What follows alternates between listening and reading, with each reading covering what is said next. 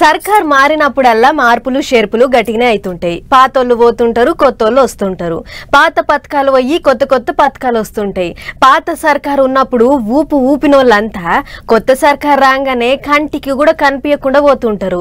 అట్లనే ఇప్పుడు ఏపీలా సైకిల్ పార్టీలు గెలవంగానే మార్పులు గట్టిగానే జరుగుతున్నాయి.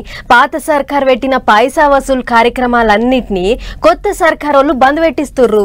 బాబు సార్ వచ్చిండు, బాధుడు తప్పింది అన్నట్టు అవుతున్నది. ఇప్పుడు ఏపీలా వచ్చుడుతోనే పబ్లిక్ మీద బరువు తగ్గించే ఇగురం చేస్తున్నారు కొత్త సర్కార్ వాళ్ళు. ఫ్యాన్ పార్టీ వాళ్ళు ఉన్నప్పుడు చెత్త మీద కూడా పన్ను వసూలు చేసిండ్రు కదా. ఇప్పుడు చెత్త పన్ను అస్సలు వసూలు చేయొద్దు అని అందరికి ఆర్డర్లు పోయినాయట. చెత్త పన్ను వసూళ్లు ఆగిపోయినాయట.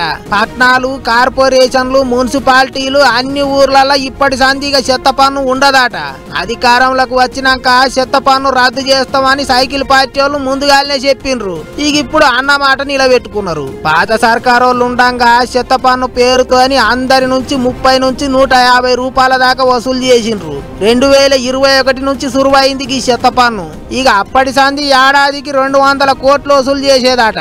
ఆస్తి పన్ను పెంచిందేగాక మళ్ళా చెత్త పన్ను ఏంటిది అని అప్పట్లోనే లొల్లులైనాయి. అయినా సరే ముక్కు విండినట్టే వసూలు చేసిండ్రు. అట్లిట్లా ఇప్పుడు కొత్త సర్కార్ వాళ్ళు రాగానే చెత్త పన్నుకు మంగళం పాడిండ్రు. చెత్త ఆటోల పేరు మీద కూడా గట్టిగానే కమాయించిర్రట కొంతమంది లీడర్లు. ఆ ఉల్టా పుల్టా లెక్కలన్నీ ఇప్పుడు బయట పడుతున్నాయట. ఇట్లుంటే ఇంకో దిక్కు ఆఫీసర్లను కూడా అటు ఇటు మారుస్తున్నారట.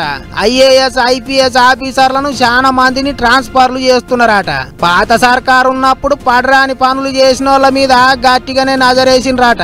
మరి ముందు ముందు వాళ్ళని ఏ చెట్లు పట్టిస్తారో ఏమో తెలియదు గాని ఇంకో ముచ్చటేంటిదంటే ఎట్లా పడితే అట్లా వెనకటి ఛార్జీలు అన్ని వేసి వసూలు చేస్తున్న కరెంటు బిల్లులను కూడా తగ్గియాలి అని కోరుకుంటున్నారట ఇప్పుడు ఏపీ పబ్లిక్.